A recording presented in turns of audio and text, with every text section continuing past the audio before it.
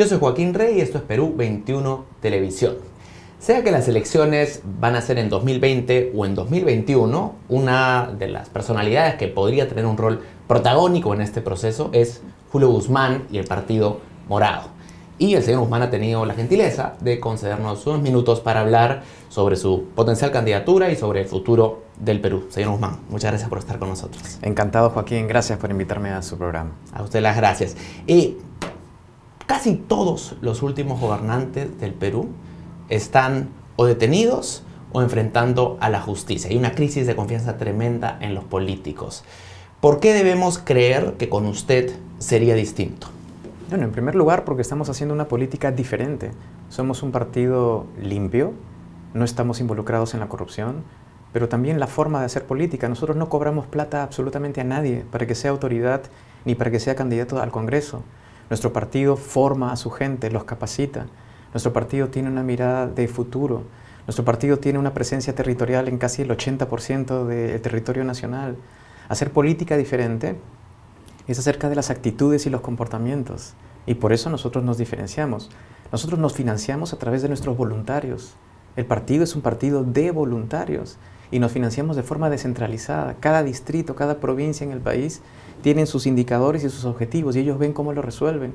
Eso es lo que los peruanos quieren hoy. Entonces, por eso somos un partido diferente.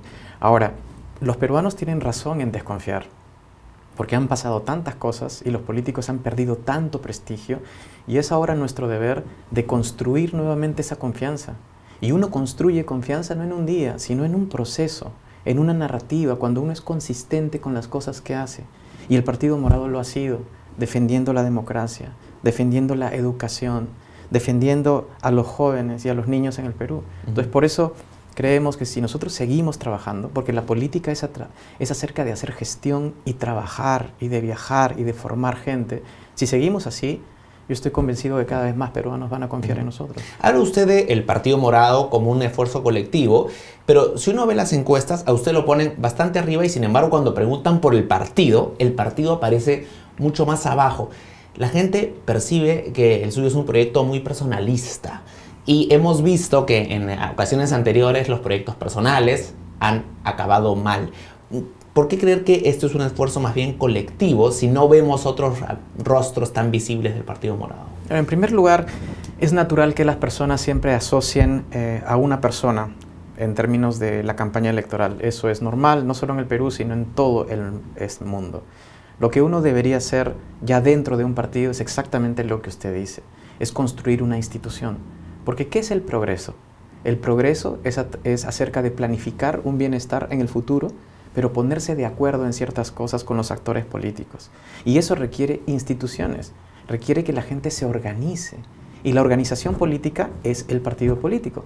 Sin una institución política como el Partido Morado, el Perú no va a salir adelante. Entonces, por esa razón, lo que usted señala es absolutamente fundamental. Que nos olvidemos de los caudillos, de los proyectos individuales, de aquellas personas que se lanzan a la presidencia estando absolutamente solos, porque así vamos a regresar a lo mismo. Vamos a regresar a la misma crisis que tenemos hoy día y al pasado. El Partido Morado es diferente por eso. Y quiero nombrar algunas cosas básicas. El partido tiene cerca de 11.000 militantes. El partido tiene 1.200 autoridades en las 26 regiones. Tenemos 169 comités provinciales de 196 provincias que existen en el Perú. Pero además hemos formado a 1.200 militantes en la ideología morada. Además de eso, yo no estoy solo. En el partido, el plan de gobierno lo conduce Francisco Sagasti. El plan de política económica, que es una primicia que estoy dando a usted, es Raúl Salazar, una persona con un prestigio enorme. El tema anticorrupción, Carolina Lizárraga. Educación, Daniel Mora, César Guadalupe. Temas digitales, Carlos Guamán. Salud y calidad de vida, Edmundo Beteta. Es decir, tenemos un equipazo que además hay muchísima más gente atrás de eso, porque el Perú lo que hoy día requiere es un equipo. Los problemas del Perú no se van a resolver por elegir a una persona. Usted ha señalado que ha sido un gran esfuerzo alcanzar la inscripción. Efectivamente, con las leyes electorales con las que ustedes han jugado, han tenido que reunir unas como 700.000 firmas, entiendo. Ha sido un proceso muy grande y me imagino que para eso se han requerido recursos. Y hay una preocupación en torno al financiamiento de la actividad política porque muchos de los últimos candidatos han tenido problemas precisamente por su financiamiento. Es de interés público saber cómo se ha financiado este esfuerzo, con qué recursos se ha alcanzado esta inscripción. Es una pregunta absolutamente legítima. La gente requiere saber cómo se ha hecho. Y nosotros lo hemos explicado varias veces y hoy día lo voy a volver a hacer. El Partido Morado es un partido de voluntarios y como tal, la inscripción inmensamente se ha llevado a cabo a través de eso. Nosotros hemos tenido miles de voluntarios, de brigadistas en las 26 regiones del país, en donde se armó un comando de campaña y se le dijo a cada región cuál era su objetivo en términos de número de firmas y que deberían de cumplir en un periodo determinado. Hemos tenido 3 años y medio de trabajo intenso y yo estoy convencido que la mayoría de peruanos ha visto al menos a un morado brigadista en las calles pidiéndole una firma. Nosotros hemos recolectado cerca de 1.8 millones de firmas, porque obviamente eso tiene que ser depurado para lograr el objetivo. Así que con esa cantidad de firmas, yo estoy convencido que la mayoría de gente ha visto en las calles al menos a un morado. El problema, si me permites complementar con esto, el problema de la política es que cuando no hay organización, tú obviamente tienes que descansar en grandes aportes de dinero, pero cuando uno se organiza y hace su trabajo, y lo hace además de más de 3 años, entonces ahí tienes los resultados. Nosotros comenzamos a recolectar firmas en mayo del 2016, es decir, inclusive antes de la segunda vuelta electoral anterior. Nosotros somos gente de chamba, hacemos nuestro trabajo. Y no han tenido aportes de privados, de empresas, que tampoco estaría mal, pero es bueno saberlo igual. No estaría mal, y también lo hemos explicado. Los aportes han sido de militantes además que no son empresas, ni corporaciones, ni poderes económicos, sino de gente comprometida para financiar las cosas pequeñas, como por ejemplo pues, las planillas, los lapiceros, el merchandising del partido, pero la mayor cantidad de esfuerzo ha sido esfuerzo voluntario. Usted inició su campaña presidencial para la elección del 2016 por el 2015, que todavía no había surgido el escándalo Lavallato. Entonces, quisiera preguntarle si es que en algún momento Odebrecht se le acercó a usted o a alguna empresa hoy cuestionada o visiblemente o claramente corrupta, por lo menos se le acercó a usted a ofrecerle financiamiento en ese proceso. La respuesta es no, y además que eso es imposible. ¿Y por qué razón? Porque cuando Marcelo Odebrecht lo meten a prisión en junio del 2015, nadie sabía quién era Julio Guzmán. Yo era una persona desconocida, ni siquiera aparecía en las encuestas. Entonces es materialmente imposible. Esta narrativa, ¿de dónde viene? De los corruptos y los ladrones. ¿Y por qué razón? Porque la única forma que esta gente se sienta liberada o que vea una posibilidad de no entrar en cárcel es hacerle creer a todos los peruanos que todos son unos ladrones, incluido el moradito. Entonces, esa es la narrativa que quieren construir, pero no les va a resultar, porque además el argumento es tan tonto y tan fácil de rebatir como ahora, que los peruanos se van a dar cuenta de quién es quién. Usted aspira al máximo encargo político del Perú y quisiera preguntarle por la experiencia. Usted tiene una trayectoria importante en multilaterales en el sector privado. Sin embargo, en materia política no ha ejercido ningún cargo formal, y en gestión pública entiendo que sumados tiene un poco más de 1 año de experiencia en el Estado. ¿Por qué cree que está preparado para la presidencia? En primer lugar, conducir un país requiere efectivamente un liderazgo, un presidente, pero requiere un equipo. Y estamos convencidos que tenemos las capacidades en primer lugar porque conocemos la necesidad de la gente, porque escuchamos a la gente. El gran mérito del Partido Morado, y en este caso personal mío, no es únicamente saber la política pública, sino es tener la capacidad de escuchar a los peruanos y de conectar con ellos y de tratarlos con respeto y con horizontalidad. El problema del Perú no es que nos falte saber cuál es la política pública o la técnica adecuada, sino lo que nos falta es conversar y respetarnos mutuamente. Y ese es el mayor activo que tiene hoy día el Partido Morado. Yo estoy más orgulloso de haber viajado a 132 provincias y estar con la gente que haber tenido un PhD, un doctorado como el que tengo, o una maestría en el extranjero, o todos los títulos que tengo en el extranjero. Yo estoy más orgulloso de estar cerca de la gente, y por esa razón es que tenemos esta capacidad. Los técnicos vendrán, de hecho ya tenemos muchos, pero van a venir muchos, eso va a llegar. El conocimiento está. Lo que le falta al país es saber a dónde vamos, es una dirección, es la capacidad de dialogar, es la capacidad de escuchar y armar un partido político. Y esas capacidades sí las tenemos. De acuerdo. Pero la capacidad de gestión también es relevante. Y algo que llama la atención es en su hoja de vida es que en las experiencias que usted ha tenido en el Estado duraron poco. Y yo quisiera preguntarle por qué, por ejemplo, en PCM solamente estuvo 7 meses, luego como viceministro, entiendo que solo 5 meses. ¿Por qué fueron periodos tan cortos de trabajo en el Estado? Lo primero, bueno, mi primera experiencia en el viceministerio fue corta porque se cambió el enfoque de lo que queríamos hacer. Yo llegué al gobierno con mucho ímpetu para impulsar la diversificación productiva, que era un convencimiento que yo traía del Banco Interamericano de Desarrollo. Y se truncó porque se cambió de ministro y ahora se puso un enfoque, y se puso un enfoque completamente diferente. En el caso de la PCM, cuando fui secretario general, fue por la misma razón, porque sentí que las reformas en las cuales yo tenía convicción no tenían ningún interés en el presidente de la República. ¿Cuáles eran esas reformas? La simplificación administrativa, la diversificación productiva, la reforma digital, que es tan importante para el país. Yo sentí que no le ponían ninguna atención a eso y por eso salí, por eso renuncié. Hubiera sido muy fácil para mí mantenerme en cargos de esa autoridad, pero no, y calentar una silla, pero no lo hice por una cuestión de principios. Con relación al tiempo que usted menciona, la curva de aprendizaje en el Estado es enorme y sobre todo en esas posiciones. Yo lamento que haya gente que tenga que pasar 10 años en el Estado para aprender lo más importante. Yo pasé el tiempo que usted menciona y aprendí muchísimo y aprendí lo suficiente. Aprendí lo suficiente como para saber que en el Perú lo importante, como repito, no es prioritariamente la técnica, sino es la capacidad de saber lo que los peruanos quieren, conectar con ellos y resolverles sus problemas. 5 meses en el viceministerio fueron suficientes para tener ese conocimiento. Absolutamente, porque además yo vengo de tener 10 años de trabajo en el Banco Interamericano de Desarrollo, en donde acumulé un conocimiento técnico muy sólido, pero además tengo un doctorado en la Universidad de Maryland en políticas públicas, en Georgetown también, en política. He sido profesor de la Universidad de Georgetown en políticas públicas.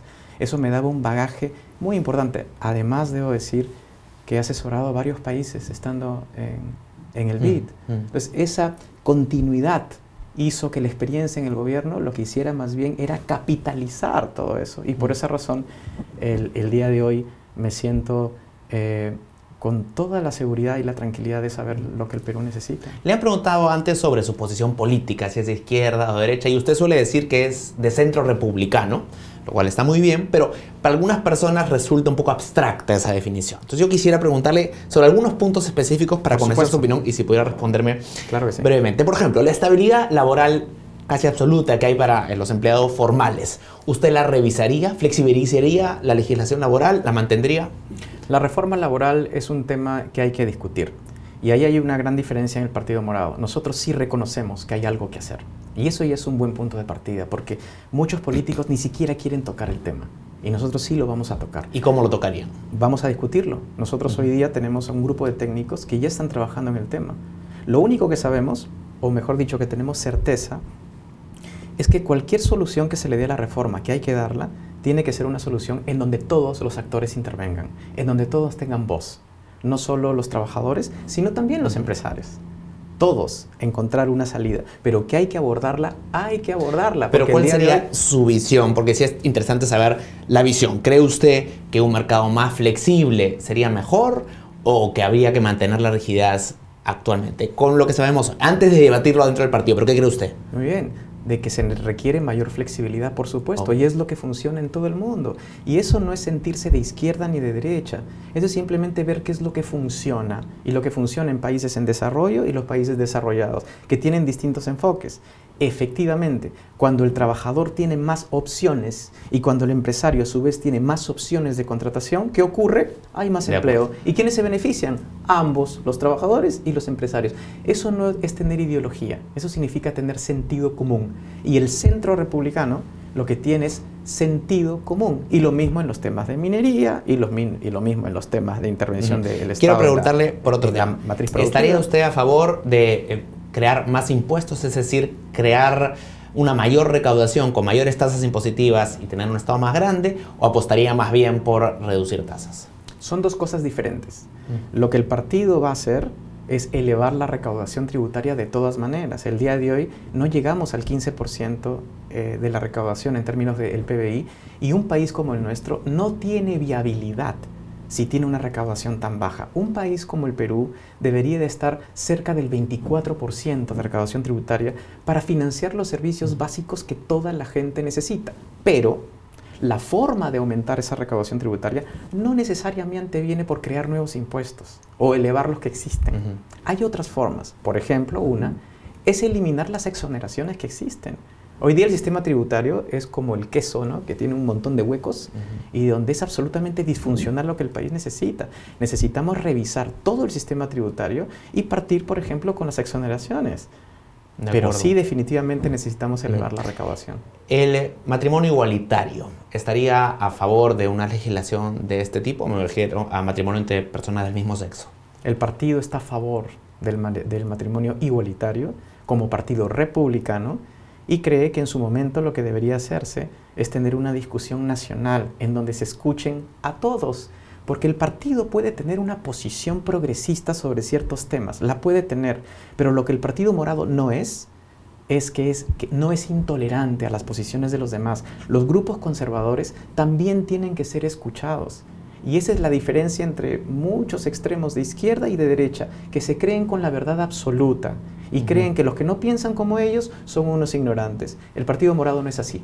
El Partido Morado tiene una posición clara, que la he mencionado, pero en su momento, cuando el tema tenga que discutirse, va a llamar a todos y va a respetar a todos y va a escuchar a todos, porque somos peruanos. Esa es la forma de salir. Pero debe tener también una posición, además de escuchar a todos. Pero que es la que acabo de decir. De acuerdo. Y respecto, por ejemplo, de la posibilidad de la adopción en un matrimonio igualitario, ¿estaría usted a favor? Vamos por partes. Primero el matrimonio igualitario. Y cuando terminemos de discutir eso, veremos lo que sigue a partir de ahí. Ok. Sobre la migración. Venezuela está en una terrible crisis humanitaria y hay una gran cantidad de venezolanos que están viviendo ahora con nosotros. ¿Usted estaría a favor de, si las cosas empeoran en Venezuela, recibir a más venezolanos, o cree que ya hay suficiente o incluso que ya se ha recibido demasiado? Ahí hay otra gran diferencia del centro republicano con relación a los extremos.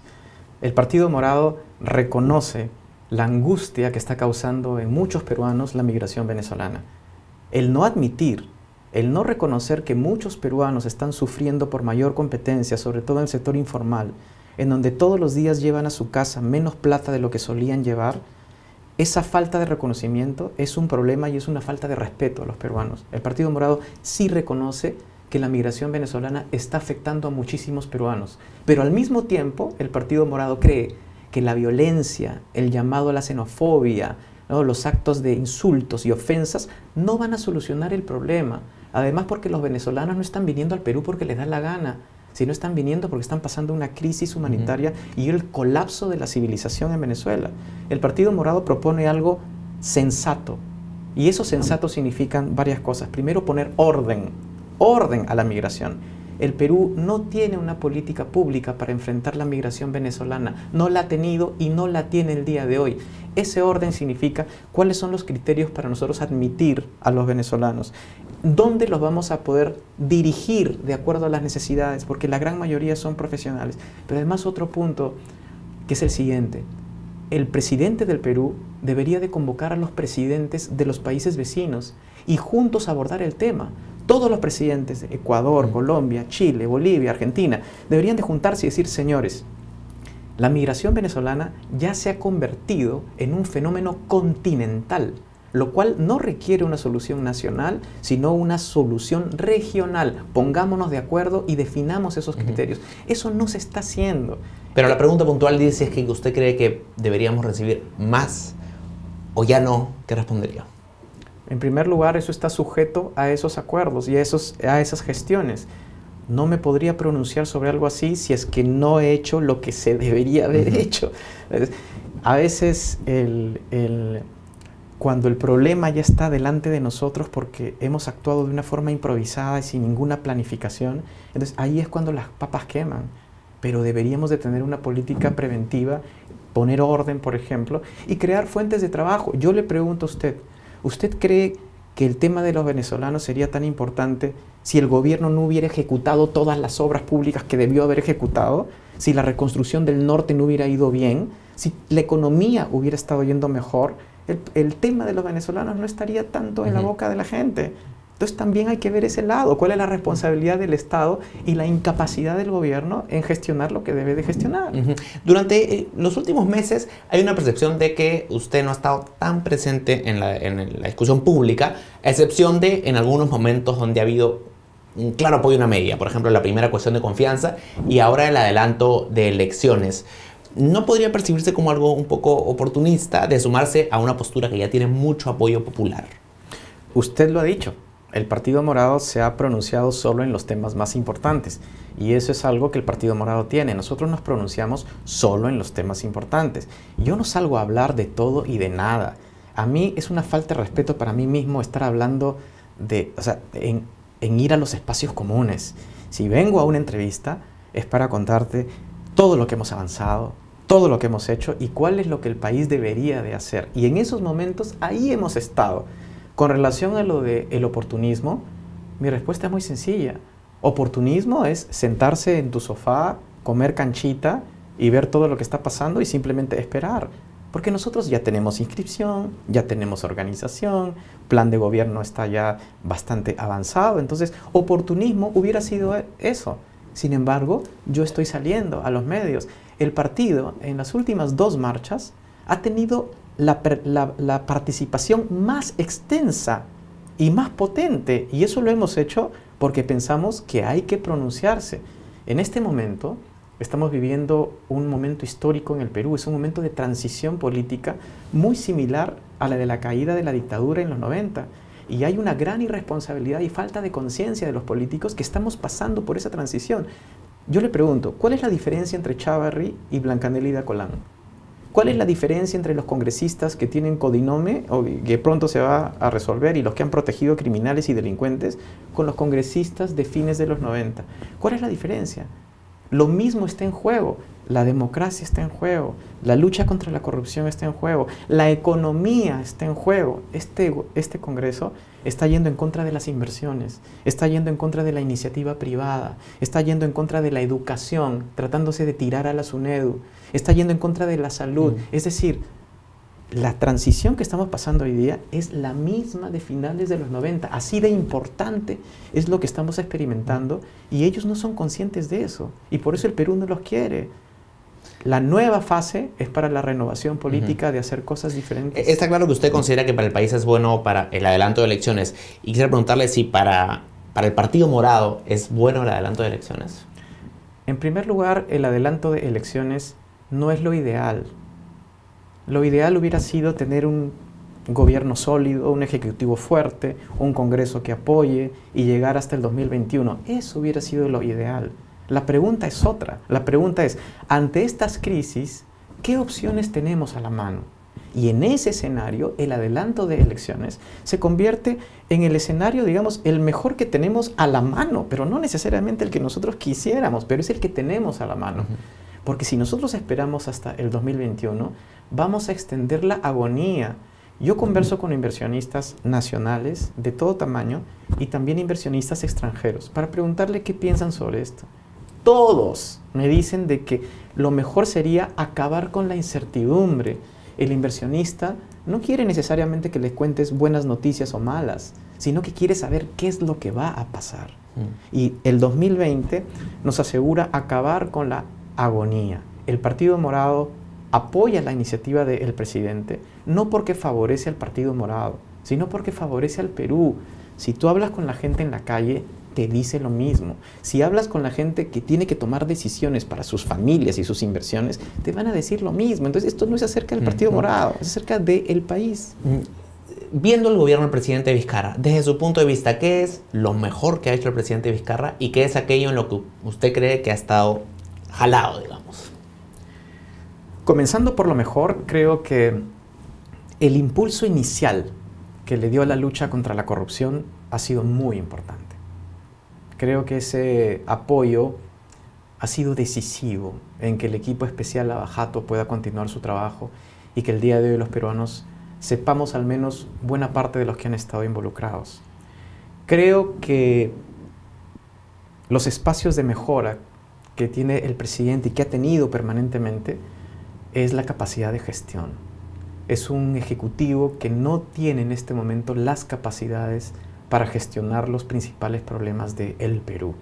Y el hecho además que el presidente es un presidente intermitente. Es un presidente que el 28 de julio te lanza una propuesta ambiciosa, interesante, que es buena para el país, adelanto de elecciones, van a pasar casi 2 meses y no ves la fuerza ni la iniciativa que él debería de tener. No hay la focalización, no hay la atención. Si yo salgo en un mensaje a la nación y digo, esta va a ser mi prioridad política, todo mi capital político como presidente lo asigno a esa prioridad. Y le digo a todos mis ministros, señores, todos alineados, ¿ah?